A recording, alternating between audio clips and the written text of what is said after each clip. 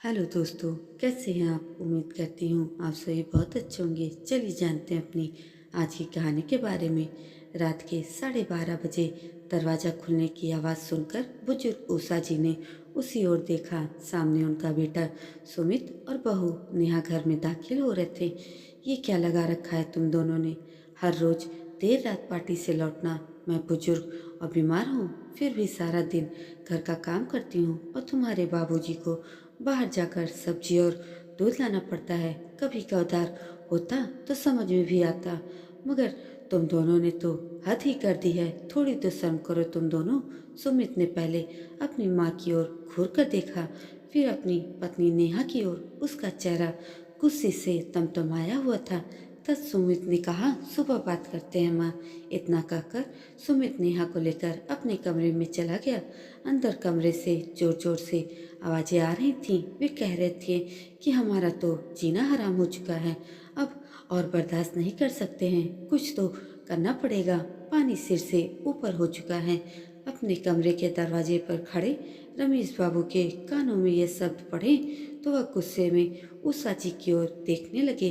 अब कहो, तुम तो हमेशा कहती थी कि बच्चे हैं, आज नहीं तो कल समझ ही जाएंगे, लेकिन अब बहुत हो गया है। अब मैं तुम्हारी एक नहीं सुनूंगा। बीमारी का इलाज वक्त पर ना हो तो नासुर बन जाता है। आप सही कह रहे हैं रमेश जी। मैं ही हमेशा सोचती रही कि वो समझ जाएंगे, लेकिन अब हमसे भी और बर्दाश्त नहीं हो पा रहा है। अब आप ही कुछ करिए। इलाज तो था, लेकिन अब तक तुमने मेरे हाथ बांध रखे थे। खैर, अब इस बीमारी का इलाज कल ही कर दूंगा। बस तुम पिघलना मत बच्चों का मुंह देखकर। अगर स्वाभिमान और सम्मान के साथ तुम अपनी आखिरी सांसें लेना चाहती हो तो मेरे मेरे निर्णय में साथ देना।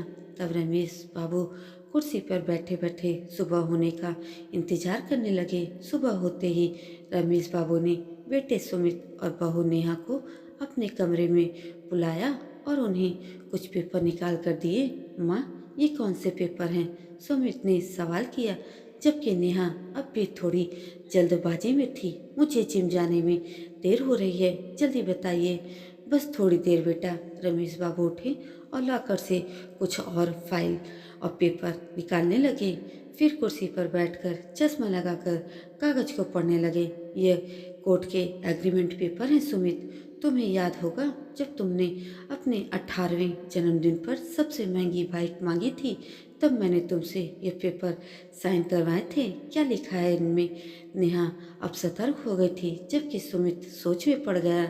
इसमें साफ साफ यह लिखा है कि आजीवन सुमित को अपने माँ बाप की देखभाल प्यार और सम्मान के साथ करना होगा, और शादी के बाद उसकी पत्नी को भी।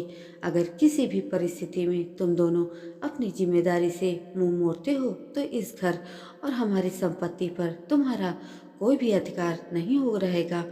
और इतना ही नहीं, जो तुम्हें डॉक्टर बनाने में लाखों रुपए खर्च हुआ है वह भी तुम्हें ब्याज समेत चुकाने होंगे हमें, अगर तुम यहाँ से जाना चाहते हो तो। रमेश बाबू ने एक कॉपी नेहा को भी थमाते हुए कहा, बेटा, अभी तो तुम्हें जिम जाने में देर हो रही थी ना, तो तुम पहले जिम हो आओ, फिर आराम से पढ़ लेना। नेहा के चेहरे का रंग उड़ चुका था। पापा, माँ, आप हमारे साथ ऐसा कैसे कर सकते हैं?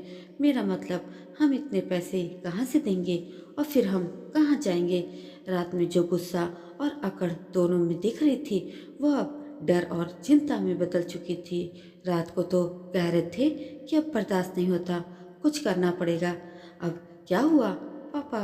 वो सुमित धीरे से बोला, पापा जी, हमें माफ़ कर दीजिए, हमसे गलती हो गई। बड़े लोग बच्चों को माफ़ कर देते हैं। अब नेहा ने भी सिर झुकाकर धीरे से बोला, बेटा, जख्म जब लाइलाज हो जाए तो उसे काटना जरूरी हो जाता है। हम दोनों डॉक्टर हैं और यह अच्छी तरह से जानते हैं। सही कहा ना सुमित? अब सुमित और नेहा दोनों शांत थे। खैर, अगर आगे से जिम्मेदारी निभाने का वादा करते हो तो हम दूसरी दवा से भी इलाज कर सकते हैं। कैसी दवा? आज से, बल्कि अभी से ही रसोई घर की सारी जिम्मेदारी तुम्हारी नेहा, और घर के बाहर का काम सब्जी दूध लाना सुमित के हिस्से में रहेगा। अगर तुम दोनों यह जिम्मेदारी अच्छे से निभाओगे तो हम भी तुम्हारी मदद करेंगे, वरना एक और वसीयत तैयार है। जिसमें कि हमारे बाद हमारी सारी ही संपत्ति अनाथालय को दान कर दी जाएगी। नहीं पापा जी, हम अपनी जिम्मेदारियों को अच्छे से निभाएंगे। सुमित और नेहा ने एक साथ ही बोला। तो ठीक है, अब तुम लोग जाओ और काम शुरू करो। रमेश बाबू मुस्कुराए। नेहा तुरंत रसोई की ओर भागी और नाश्ता बनाने लगी, जबकि सुमित थैला लेकर दूध और सब्जी लाने निकल गया।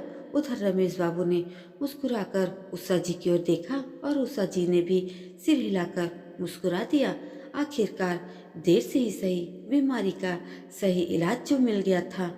दोस्तों, क्या हर माँ बाप को ऐसे ही बच्चों को इसी तरह से सबक सिखाना चाहिए? आपके क्या विचार हैं? कमेंट करके ज़रूर बताइएगा और प्लीज़ मेरे चैनल को सब्सक्राइब भी कर दीजिएगा। धन्यवाद। राधे राधे।